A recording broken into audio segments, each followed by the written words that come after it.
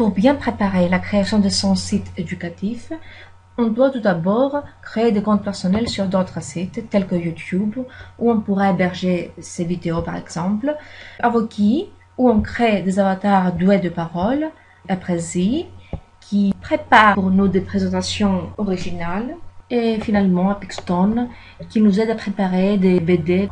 Alors moi je vais simplement me connecter car j'ai déjà des comptes. Alors là je choisis, voilà. Nous avons le choix de signer avec une adresse mail ou de signer avec Facebook.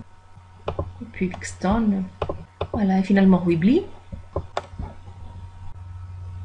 Ça y est, on peut déjà créer un site éducatif en appuyant sur le bouton Ajouter. Là, je vais donner un titre. Je choisis comme catégorie éducation et professeur et je continue. Là, je réfléchis à un titre que je pourrais me rappeler facilement, français web, qui est disponible heureusement, et je continue.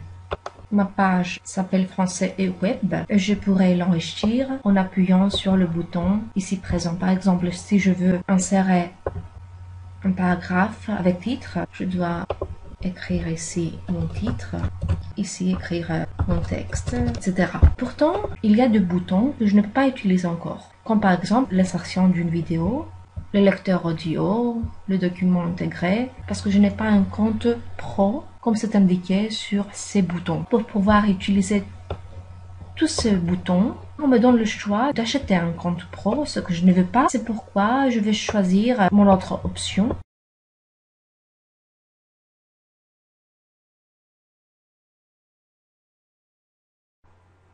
Mon autre option, afin d'obtenir un compte pro, c'est de renseigner 5 professeurs sur l'existence du site Weebly. Je touche alors sur ce bouton, mes étudiants, et puis Refer a Teacher.